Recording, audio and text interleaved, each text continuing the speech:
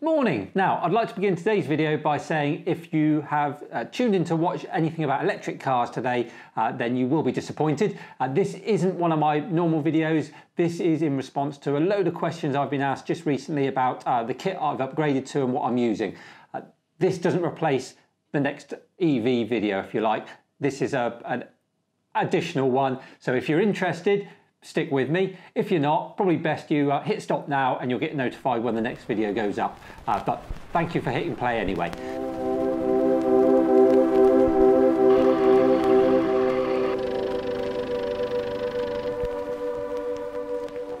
Now, for those of you that stayed with me, you're obviously interested in what I've got. I think what I'm going to do is go through my kit and explain where I kind of started and where I am now. Let's go back to where I started. So I began filming for YouTube with a GoPro Hero 3 Plus. I've had this thing years. It's absolutely brilliant. It was the black edition. It came with a remote control. I don't think I've ever used that remote control. There's an app that's on my phone and it does everything that remote control does. It's a lot easier to use. I don't have to keep charging it up as an additional thing. It shoots in 1080 at 60 frames per second. It was absolutely fine to begin with. It was really easy to use. In fact, I used to use this in conjunction with my iPhone and the videos were okay. But that was it, they were okay. It was what I had at the time and it's what I made use of. As time went on and more people started watching, I started to get comments about the sound. And that was the main thing. It wasn't so much the video quality, it was more about the sound. And for that reason, I got myself one of these Tascams. It's a little voice recorder, the DR05 for what it's worth. And that has really improved the sound. And with that, I also bought a Rode lapel mic, which hopefully I'm not rustling around too much. Pinned there under my jumper today. It works brilliantly. Really easy to plug in, really easy to use. It's a Rode LavPel Plus. That sounds right, I think. I'll put links to everything in the description anyway. It wasn't the cheapest. It wasn't the most expensive by any means. It just got really good reviews. And hopefully, certainly I've heard it in editing and the comments I've been getting from people, the sound has improved. Now, don't get me wrong. Before I started making these videos for YouTube, I had never made a video in my life. I certainly hadn't edited one. And the same goes for recording sound. I had no idea what I was doing. It was brand new to me and YouTube came to my rescue. I watched countless videos on how to get the sound, how to put it together, how to make it work with the video. And I don't always get it right. I am still learning. Even the most recent videos, you probably heard there's some little glitches in the sound every so often. I'm learning every time, but hopefully as time goes on, I'll get better and better with it. So that was the sound. And I then realized that the sound and the video were kind of coming together all right on the GoPro, but my video editing software was limiting what I wanted to do. So I had these ideas, but I couldn't make it work. So that's when I invested in the Adobe Premiere Pro suite. I didn't realize just how good this was, and I wish I'd invested in it ages ago. The power that it has, it blows my mind every time I use it. There's always something new that I find out. So for example, I did a sequence using 2 or 3 cameras the other day. I was trying to slice and edit, make it all match up. Actually, there's a function, you just tell it, I've got 3 cameras, here's all the video from it, make it a multicam session, hit play, and as it's playing through in the editing package, you just hit 1, 2 or 3 on your keyboard to tell it that you want it to switch to camera 1, 2 or 3. So easy, so quick to edit, and that's one of countless things that I've learned just in the last month or so.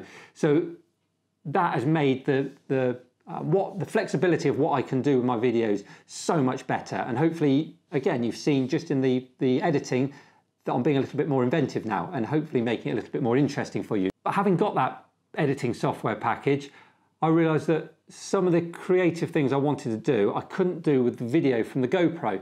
It's a fine video. If the light's right, it comes across very well. But if the light's anything but perfect, it starts to get grainy. And of course, it's an action cam, so you have that action cam view. So if you try and crop it in, you then start to lose quality. And I wanted to crop it in. I wanted to make the framing better, and I wanted to enhance the color and the feel of it. It wasn't working. And that's when I realized actually it's time to bite the bullet, put my hand in my pocket and buy a digital SLR. And lots of research.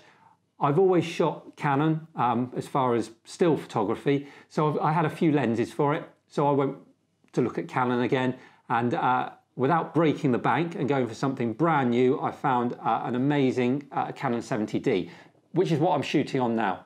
I'm shooting on it now with a kit lens on it. So it's an all right lens. It does the job, but it's not particularly great in low light. But as you can see, it's fine. It's certainly better than the GoPro, an awful lot better. But as I said, because I went with Canon, I've already got some of my own lenses. So I haven't used it in any of the videos yet, but I've got this 70-300mm Sigma zoom lens, which is great. It whilst it's not a brilliant low light lens, if the light's right, you can really isolate your subject and get that lovely blurry background, and it looks so nice. So that's one of the lenses I've got. And by far my favourite lens I've ever bought. This thing is brilliant. It's tiny. It's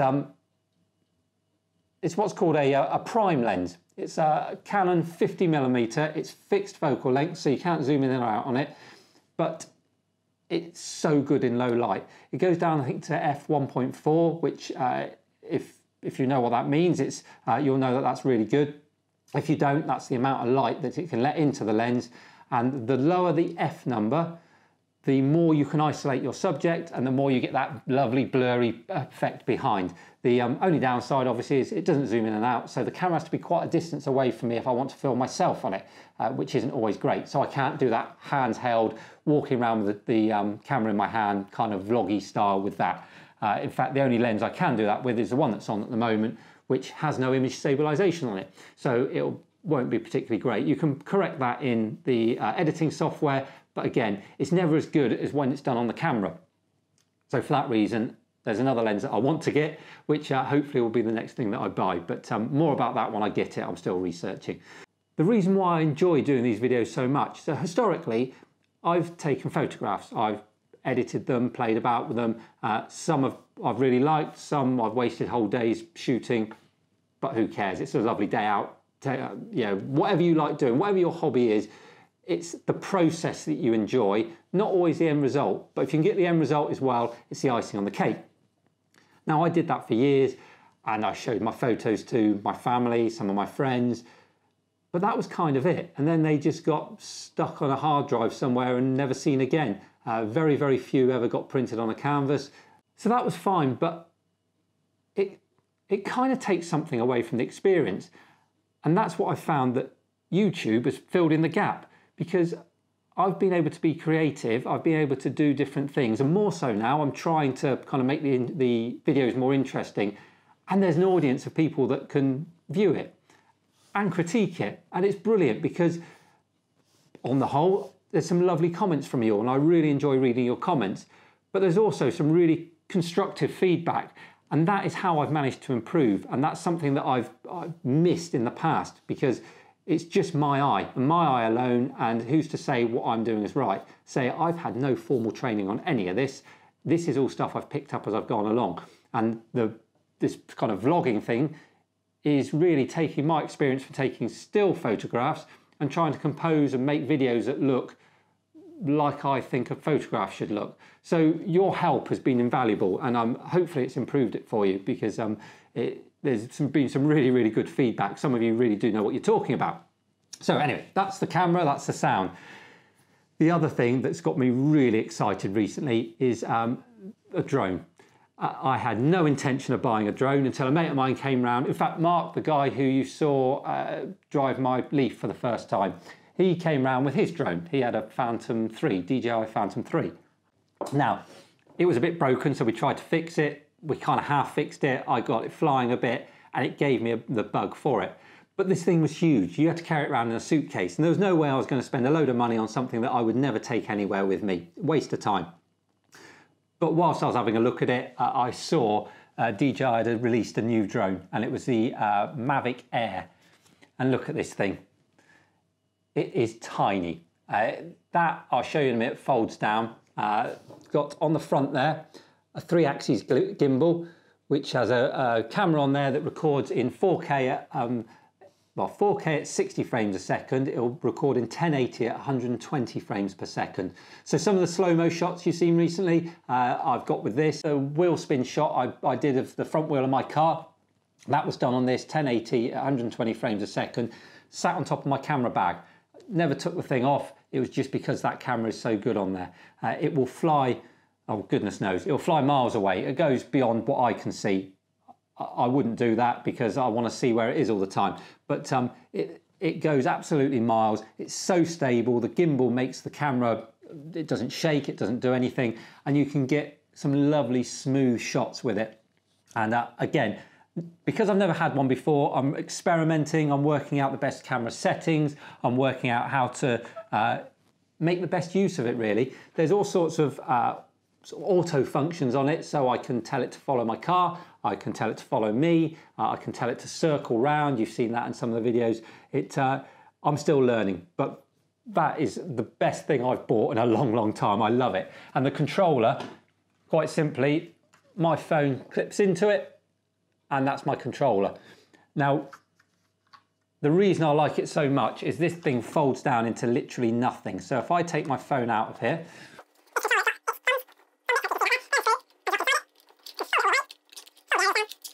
that's tiny, that's the controller, and it will slip in a bag without having to worry about the thumb bits getting caught.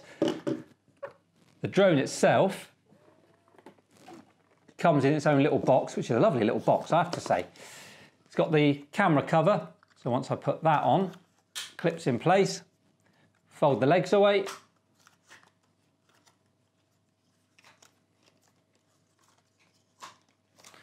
and there you go. That's it. Drops in its case.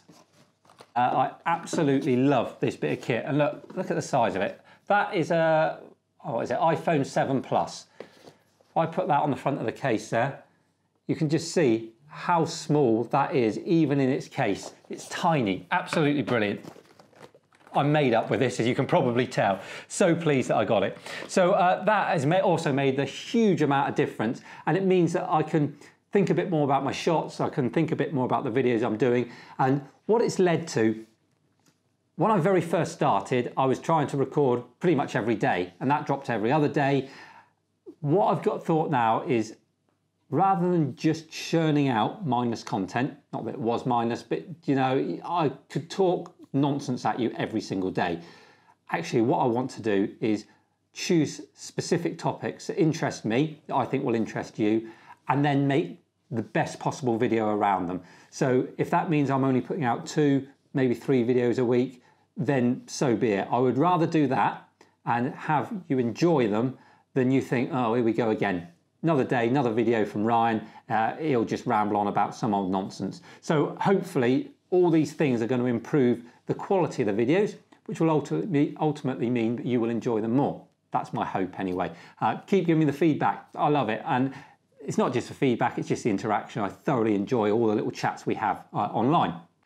So yeah, that's the future going forward. Hopefully you've enjoyed a little look in my camera bag. And well, if you have, remember you can subscribe to the channel, you can like the videos and all the other things I always say, and jump on over to Patreon and have a little look. That would be great.